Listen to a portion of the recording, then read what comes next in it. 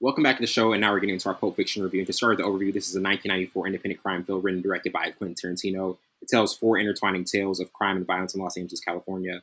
The film stars John Travolta, Samuel L. Jackson, Bruce Willis, Tim Roth, Ving Rhames, and Uma Thurman. Had a budget of 8 to 8.5 million and brought in 213.9 million to the box office. Also had a 92% rating on Rotten Tomatoes. Was nominated for 7 awards at the Oscars. And man, looking back at this film, like the first time I saw this, like I'd never seen an introduction like it. The pivot to the introduction of music, like everything about it was just different. And obviously, like you said, we talked about it before. Quentin Tarantino has had inspirations of other directors and other movies. But looking back at this film, man, it's one of my favorites ever. Still like in my top 5 category because it just has those, like, even any point you turn the movie on, like whether it be like the diner scene or the Ezekiel speech by Samuel Jackson, you always want to watch it. Like, what to you do you still remember about this movie, and just what stands out? Well, I'm a huge. I like camera angles. I like to see, even if it's a 5-second situation. Like not to veer off. I've been rewatching all the Alien movies, right? And it's been so long, and I watched those, and I'm like, oh man, I just cling to a 5-second moment or 30-second, or Scorsese where you get a 3.5-minute scene. So like my favorite movie of all, Goodfellas, back there, bro. Like, oh yeah, bro. I mean, being Italian, like, it's you're raised to just, all right, I think one of the first long, lengthy movies I ever watched was Godfather. It's like my dad was like, all right, Godfather, Goodfellas, run through the list. Yeah. I mean, with Tarantino movies, it's I appreciate that it's segment based. I always look at it as like segments. Like you said, it starts off like the traditional way for Tarantino to do it is usually start to end, and then go to the beginning. And like that was, I think Pulp Fiction was the first Tarantino movie I watched. I don't know what the other one would have been, but yeah, the diner scene starts off great. You're just kind of like, and especially when you introduce somebody to a Tarantino film that's never seen it before, it's like they're just kind of like sitting there like, I don't get it. It's like, you just have to sit still. You just have to sit still. Yeah. The diner scene's great, obviously. My favorite one, stands out the most to me is this classic scene, man, we're at the diner. Like from everything to the conversation about the milkshake, her describing the, her, what was that? The quick 1-episode TV show that she. Oh yeah, the pilot. I wanted to say plot. Pilot. Yeah, man. Like, and Uma Thurman is incredible. I mean, so good in this movie. Oh my gosh, I love small bits of dialogue and things that just he makes me feel like a fly on the wall. That's for sure. And that's the thing, like you were mentioning about how some people, when they watch it, they don't get it. Like, it's always funny to watch it with like a casual movie watcher who just doesn't get certain techniques, because they'll be like, man, I don't get what's so great about it. I'm like, the dialogue is special. Like the dialogue in every movie, that's the emphasis he has on it. Like, is there one thing in particular about his movies that you're like, man, that's the one element of his movies I just like admire the most? Yeah, well, I think we talked about it before, where I respect people. We've been talking so much about music, this whole time. It's like the same thing where you can pay homage to something and still have your flavor on it. Everything he's put out, to me, has all, like, actually Reservoir Dogs was the first one. Oh, yes. That I saw. Yeah, I forgot. I don't know why I bring it for. It's definitely, like I said, the diner scene for me, or like Inglourious Bastards, where they're in the cellar, they're in the bar, and you're watching Michael Fassbender, speaking in German, and it's just the way that he gets these actors to climb into this role. So the answer to your question is, I think it's always who he gets to play the roles, how well they sink into that character. And I think it has a lot to do with how hands-on he is with, Barry. with, yeah, right. With I mean, I obviously haven't been there on the set, but it just is so screaming of a director who's not going to let, um, mediocrity in the middle of it. Like, Sure. always dialogue strong. Like, I know a lot of people that didn't like Once Upon a Time in Hollywood. Really? I know a lot of people. And granted, it's not my favorite, but Did you there's like dialogue. Oh yeah, Yeah. I can watch a movie with no action and strong dialogue, bro, all day. Same. And I'll be a mouth breather. I'm just like, That's actually like my preferred movie to watch more so. Like, yeah, right. Because I think that actually is a tougher thing to do than just have action in a movie. Yeah, and I mean, a lot of people expect, I think, with a Tarantino movie, to just have action, just. Because he still has the Kill Bills for you. So if you want that, like, I mean, bro. got plenty. Like, that was really, after I watched Kill Bill 1 and 2, I was like, all right, I'm a Tarantino fan. Yeah, for sure. I mean, what's the other one? Dusk Till Dawn. yes.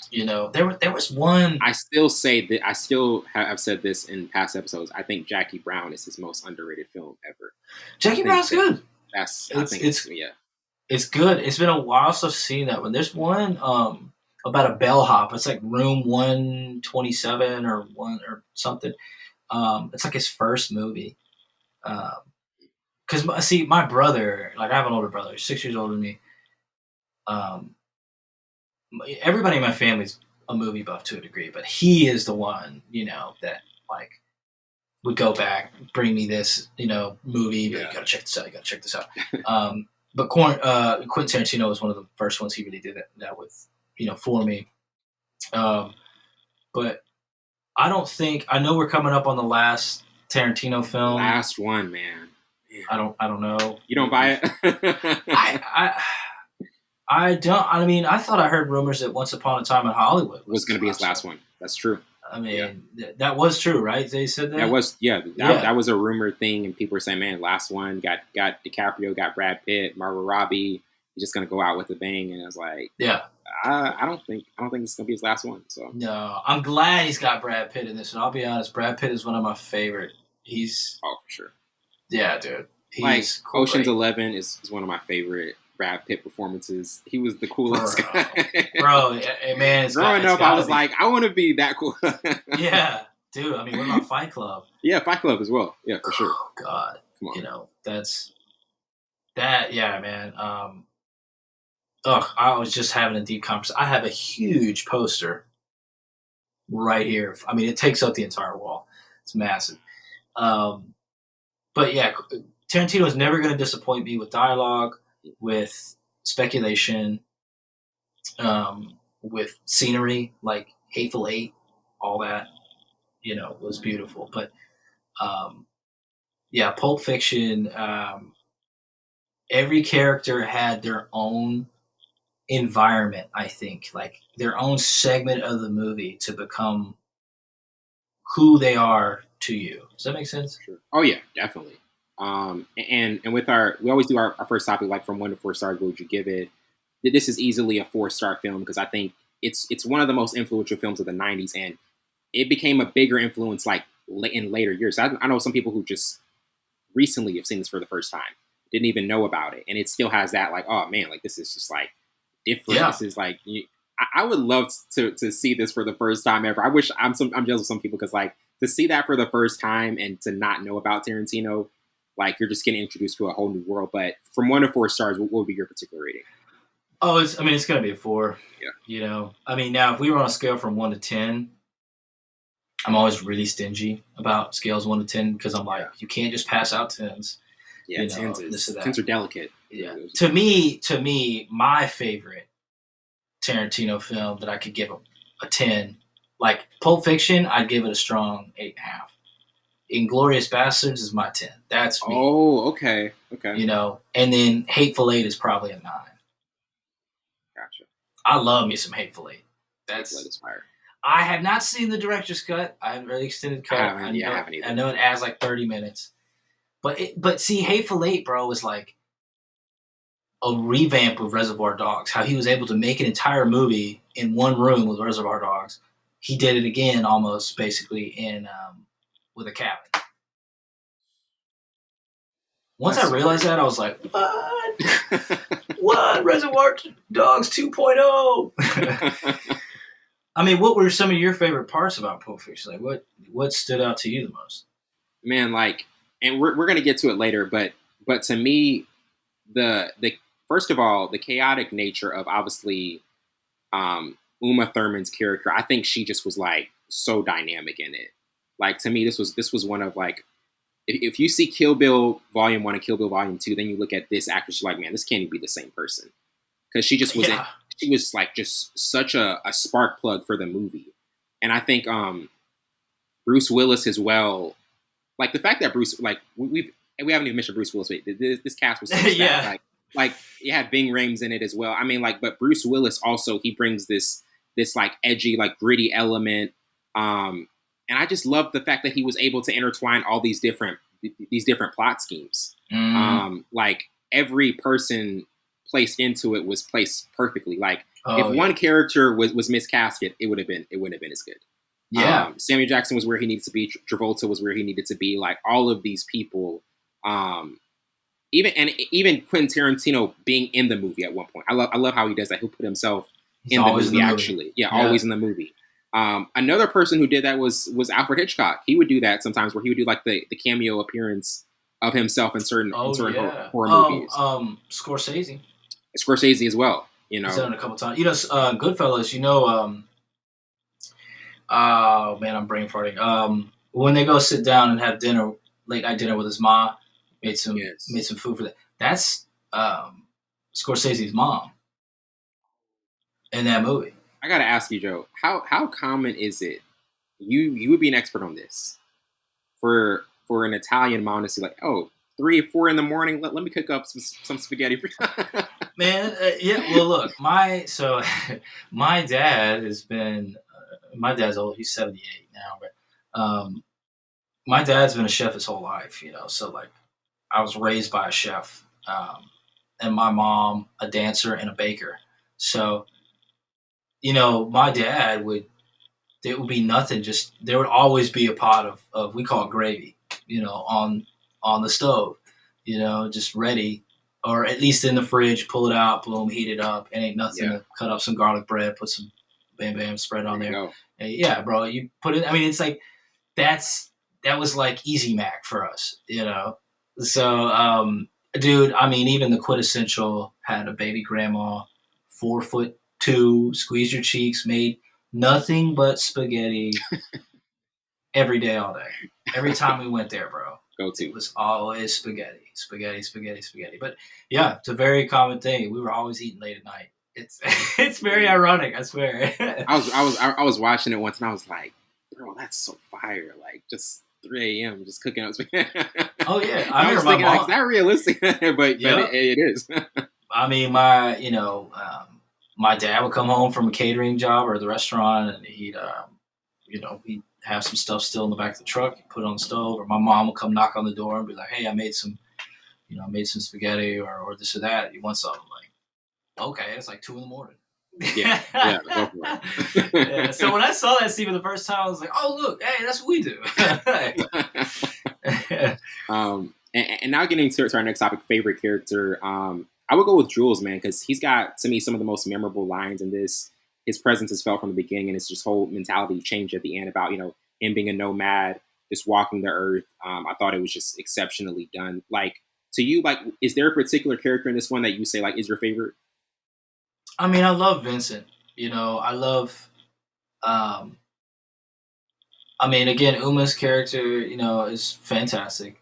Yeah. I like their relationship. I like, you know, when it comes to Bruce Willis' character, like, my favorite scene in that from him was in the back of the taxi. He's clueless. He didn't even know he killed somebody. And then gives his review on it, you know? This is my personal review of what I just said. Yeah. But yeah, I know it's probably generic to say Vincent, but I like how he's just he has this floating nature to him, you know, like he's kind of straight ahead for a minute, things hit the fan, he'll kind of lose it. But Spacey. yeah, super spacey. Yeah. But he's not like, if you compare him to, his partner Samuel's character, like Samuel's way more piercing. Oh yeah, of the character. Yeah. So maybe it's so much. Maybe that's another thing for me is I find I enjoy characters that play off of other characters. That gives that character life. You know what I'm saying? It's like if we're all standing, if there's 5 of us in a circle, I could not say something for 20 minutes, but I drop one bit of information. Everybody's like, "Ooh, right. That's your support character. You're technically a support character." Definitely. And that's like, me and Sam have mentioned it so many times. Like Samuel Jackson, he just has a presence about him in any movie he's in. It could be a Marvel movie, it could be a Tarantino movie, it could be a cameo in Coming to America. Like what about what he does as an actor kind of impresses you the most? Well, I mean, I will say, like, I know his recent reign in movies has been in some of the Marvel movies, which I give him credit. He's able to still have that nature about him. Yeah. But it's movies like this that, like Jackie Brown or Pulp, that even in Goodfellas. Oh, for sure. I'm just like, yeah, he's not even in the movie long, but it's still like his reaction to a situation or his input emotionally to like what seems as if he's pushing that other character to do more. Like when he's giving, his speech, in the room, like him picking up the Sprite, and just like really keeping this stature about him.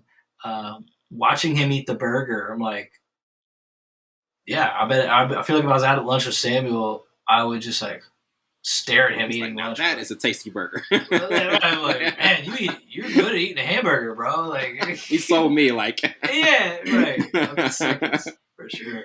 What about you with Samuel though? Man, like I love. First of all, I love like the presence he has in the movie. Like he sets the tempo, and even when he's in a cameo appearance, it's like, oh man, like that was a memorable scene. Or like even though he was just in it super quick, you don't forget it. Like sometimes when people are in cameos, it's just like, oh, like whatever, it's a flyby. But with him, it's like, man, the 5 to 10 minutes he was there, he made an impact. Like it's almost like in the NBA, like you have like a player coming off the bench who's like gets super hot, a contributor, for a brief moment. That's what he does. He's that heat check guy when he's kind of in a smaller role. So like what he's done in his career, up when he needs to. Yeah, 100%. Marvel, Scorsese, Tarantino. He's been in almost every movie like you can find. So I mean that's 100%. That's crazy. 100%. Yeah. And I'll get into most memorable scenes. I had the Sick Up at the Diner, Ezekiel 25:17, the Jack Rabbit Slim Dance Contest, the Adrenaline Shot, Captain Coon's Gold Watch, Enter the Wolf, and then the Diner Standoff. We didn't even mention Christopher Walken was in this movie as well. I was about to say, bro, that is probably that scene. I mean, I did mention the diner. That was the first thing that came to mind. I just love the dialogue between Milkshake and that whole thing. But yeah, Christopher Walken. Oh my God, it's so funny, and he does such a good job. It's just incredible. Dude, when she's getting the adrenaline shot, yes, bro, she just that whole thing is so crazy, man. I love so that. Wild, man. And that's one of those moments in the movie where you're like, bro, did I really just watch what I? Because you're on the edge of your seat. You're on the edge of your seat when it's happening. Like everybody in the room is on the edge of their seat. Oh yeah, and I mean he does a thing too where like, and it's a reason why I love Scorsese films is because it's not just a scene. It's not just a shot. It's like things are happening too. Like I can take my eye off of the character that's in front of me, and I can easily watch. Let's say if there's 7 or 8 people in the shot, I can watch one of them or what like when she's getting the adrenaline shot, like the 2 sitting on the couch in the background. Like I can watch what they're doing and just be like, how are they reacting? And they're reacting like it makes me feel like. Again, I'm a fly on the wall, and I'm watching them just like administer this adrenaline shot to Uma Thurman. That's crazy. It's incredible. Yeah, I love it. Man, it's so wild because like I was watching a Tarantino, like an old Tarantino interview with Charlie Rose, and he was mentioning how just his process in terms of like how he like picks certain characters. And he has a unique selection process about like, okay, this person fits this story. I want this person to be able to relate to this story. Like when you look at his casting selection, like to me, it's one of the best any director's ever had because he rarely miscast like a person in his movie. Like how tough to you is that for a director to be able to do that? Like almost movie after movie, kind of pick the right cast. Yeah, I mean the list is. I just watched. I read up on I don't know who made the list, but it was a pretty solid list. It was just a list of directors that have made great consistent movies. And I think that does obviously have to, come with great characters, great actors. Um, I think Tarantino has done a great job of. I mean, I like when directors like kind of revolve a similar cast. Yeah, Christopher Nolan does that too. Christopher Nolan, Scorsese, Ridley Scott, obviously Tarantino. I don't think there's anything wrong with that. I mean, that's what we saw with The Irishman. We saw with The Irishman, like Scorsese brought up De Niro and Pacino and Joe Pesci, and it was still a great movie. De Niro has done over 10 movies with him. Yeah. Which alone is like fascinating to me. And Taxi Driver is still my favorite De Niro Scorsese movie. Oh yeah, that's a good one. I mean, I think I'd have to give it to probably Goodfellas for that one. But there's quite a few lists. We'll have to do I should say, but like the actual pairing between De Niro, because in terms of overall favorite Scorsese movie, Goodfellas has to be like the top one. Like that one is just like the Copacabana scene, like everything, like that's just you can't fight Ray Liotta and Joe Pesci and De Niro. There's no way. But yeah, I think it's just it even translates again. The stuff with music we're talking about. Like you asked me about, producers and like that can happen. That magic can happen in that realm. Like JT and Timberland. And Dre and Eminem, like in the hip hop world, but I think it is definitely chemistry, and the only way you're going to get the chemistry, on a stage, in a studio, on film, on set, even on a Broadway situation, man. Like anything creative it definitely involves chemistry, and I wholeheartedly speak on that with experience. Because you don't even have to, bro. Like you don't even have to finish a sentence. Really, the person can finish it for you. Like that, they know what you're thinking. Like that's dude. So wow. Yeah, and I love when a director too that's had that revolving cast can then introduce a new, at least an actor I'd never seen up to that point, and really,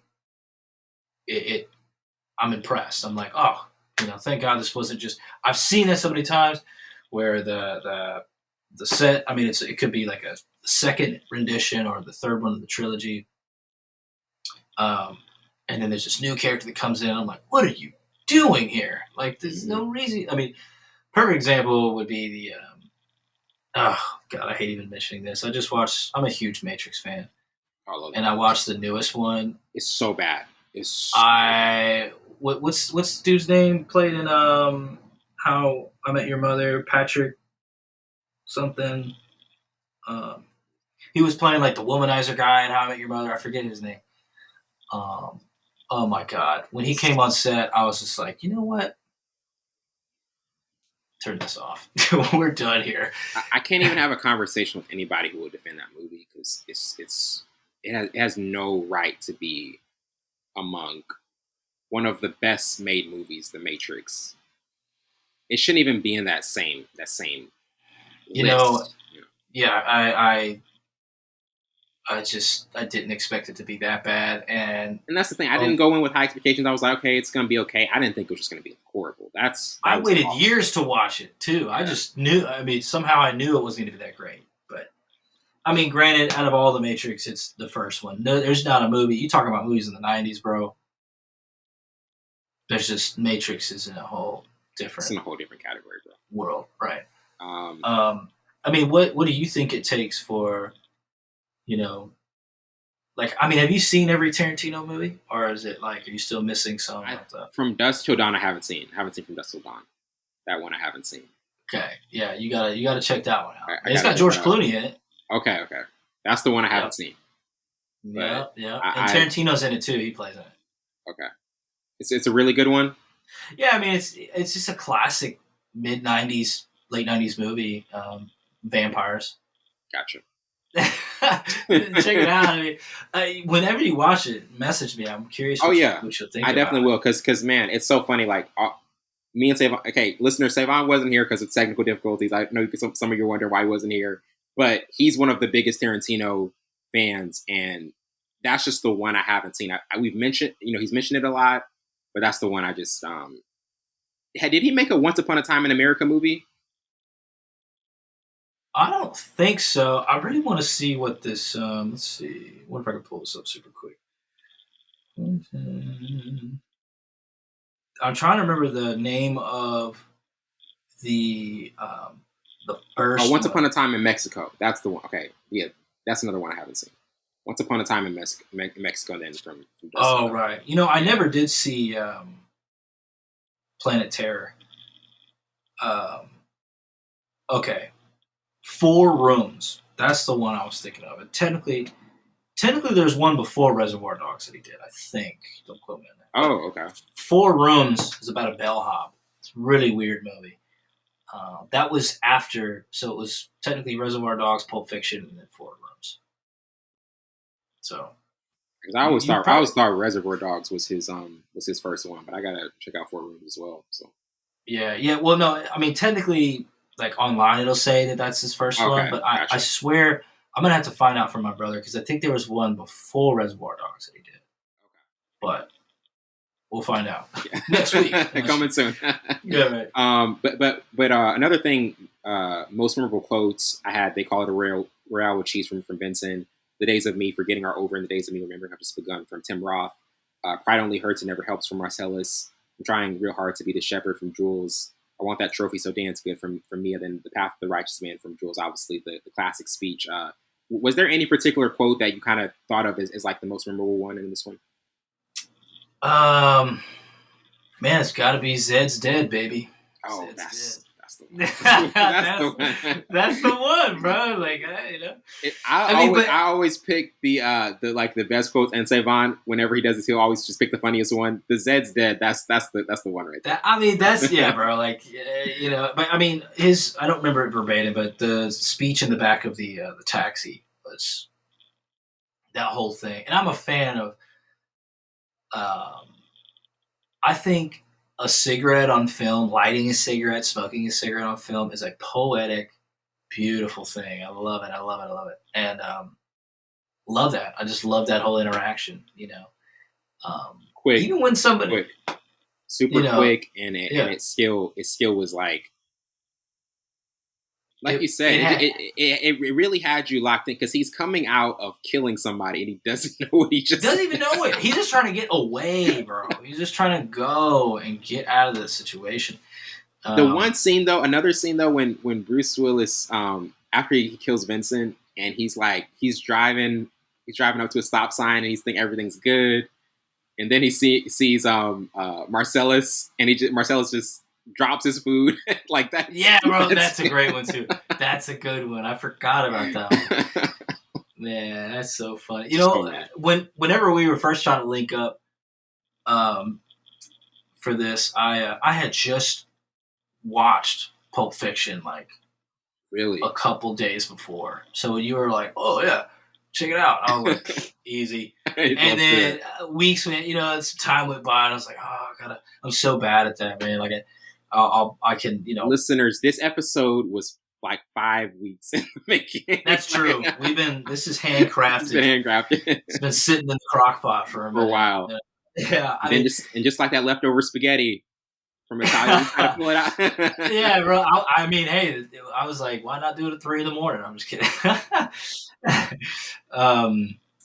Yeah, man, that's Zed's Dead's probably the quote for me that That's so good. It's just the way he says it. You know, it looks so sure. That's dead, baby. It's dead. It's perfect. And then when he, what was it? The watch. Him losing the watch. My goodness, bro. That scene was crazy. Destroying it. I love the composure to be, to rage like that, and then to just settle down, be like, okay, it's okay. We just, I didn't, really describe to you or explain to you how important that watch was to me. I should have told you. I mean, that whole boom to boom. Mm-hmm. I love stuff like that. And he's in that room, and he's got the toaster, and he hears somebody flushing the toilet. He's like, oh. So who's gonna come out? And it's Vincent. Like, bro, just so many crazy scenes in this one. And getting kind of, we always do this with our last topic. Like 10 years from now, do you still think it'll be watchable and intriguing? Obviously, it's past that threshold.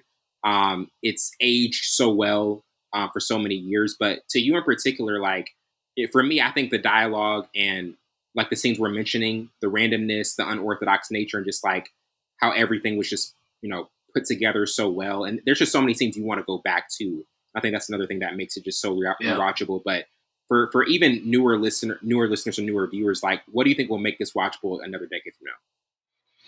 Well, I think it'll just, could be film students going back and checking out stuff. Could be just going on a cult classic search for movies. I don't think it'll ever, I mean, hey, let's say theoretically, if it is true that this is Tarantino's last movie, it would be really sad. Yeah, it would be sad, but, dude, I think that'll even solidify more in, film history, if you will, because it's part of a really solid catalog. And I mean, I think everything Tarantino puts out is cult classic, because. And has a cult following, because not everybody loves Tarantino. I mean, my best friend, he doesn't like Tarantino at all. He doesn't like any of the movies, which I'm not going to hate on him for. It's okay. Does he have a certain reasoning for it? I think it's just, I don't even think he's ever given me a reason. I think what I've always found between everybody that said, I'm not really a fan. I mean, it's always been mixed, like, don't really watch it or watch his movies. Don't or just don't like him at all. Some say it's too slow. Some say it's it's too weird. I mean, that's like with like movies like when I think of Pulp Fiction, I think of like Fight Club, and I mean even stuff like Goodfellas or whatever. But Fight Club, I've shown that to so many people that have not even seen that movie. And they do not know what to think about it. I mean, fun fact, they couldn't even market that movie because it was just, how do you market a movie like that? Out there, bro. It's so far out there. Yeah. But I like how Tarantino is almost far out, but isn't. I think his biggest hit, for sure, was like Django Unchained. That's another one. That's another one, man. That's like the catalog. I would not have expected Jamie Foxx to be in that movie, and slayed it. He killed it, dude. And who was about to be in that movie was Will Smith. Will Smith was the one who. I would not have watched it, and I would not have been. I'm sorry, Will. I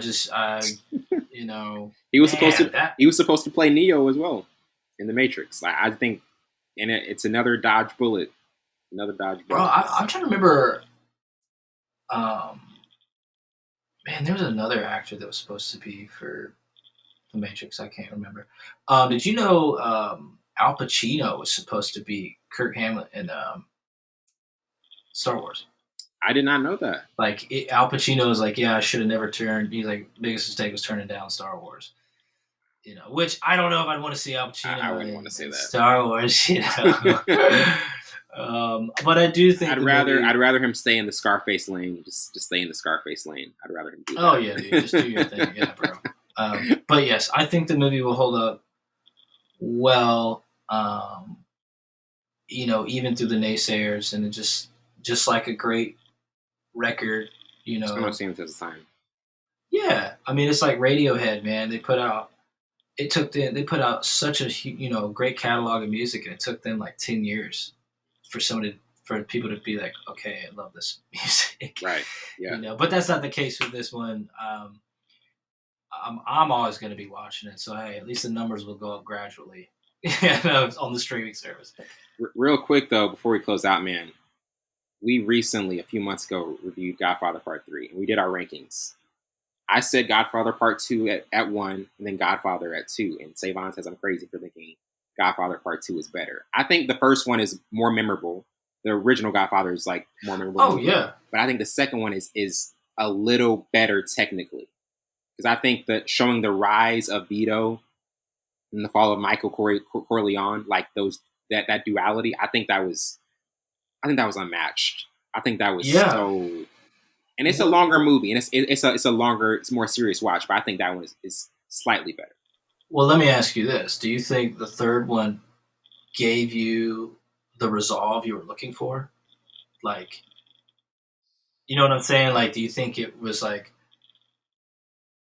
did it answer the questions? Did it fulfill you? You know, like, because the first and second one we don't have to argue on. Oh, we don't. Because it's truly the Godfather trilogy is this for me. Not in a rating. It's just start, boom, and then close. You know what I'm saying? So did you? I mean, the third one was not the third, and it's so different to even talk about the third one because I just an 18-year gap between the second one, 1990, then the second one was like 72. I don't think seeing the remorse from Michael at the end, I think like, and obviously with his daughter dying, like that part was like, okay, he's actually seen everything wrong happen with his family, all the regret from what he's going through. But the construction of the movie in totality, I was like, I don't think I even needed that. I think after the second one, I was just like, yeah, that could have just been part 2 and it's done. Yeah. I will say it's been a while since I brushed up on the third one. And yeah, that was always crazy to me how, the gap between the second and third one. I'm like, that's insane. It's an insane gap. But you don't really see that anymore if you think about it. Like, again, I said this earlier, I've been rewatching the Alien movies. Huge gaps between these movies, between the first one, that's 78, 79, and the second one is 86, 87, something like that. So, first of all, I think that's an insane undertaking, man, to like really pick back up on that story. It's cool, I think, aesthetically to see people actually age in real life, as they get back on the screen. I don't know. I'm going to rewatch the third one, but I always remember the first and second one. The first and second one, they had such a wonderful, I agree with you. The second one, it just, I don't know. I mean, I just can never not forget the shootout at the toll booth, man, in the first one. That'll never just not be in my mind, Sonny, man, every time I watch, it's one of those movies that I've watched it too many times that even when it's on, I'll still watch it, and my mom thinks I'm crazy for still doing it. But like, it was on Saturday and I was watching it and I was like, Sonny went out and I was like, Sonny, don't do it. Like, I already know what's going to happen, but like, just have some security. And it's just like, happens. Yeah. So that's crazy. I never knew how big into old school gangster flicks you were, Bro, I'm into, I'm an old soul. I like all the, good. Like, good. And Alfred Hitchcock, because I love like shows like Twilight Zone. When I would be off school and I had a day off to rewatch shows, I would watch the Twilight Zone. I wouldn't even watch like. Bro, Twilight Zone still trips me out, dude. It's still crazy, man. It is still insane to watch that. I'm like, what, bro? Love that. Then you got the Rod Serling intro. I was like, it's perfect. It's everything. It's perfect. It's perfect. I got some other gangster films I could send your way. You check them out. Let me know what you think. Well, look, Joe, we've as always keeping you way too long, bro. But this episode was a long time in the making, and just thank you so much for doing it. We always love having these talks, bro.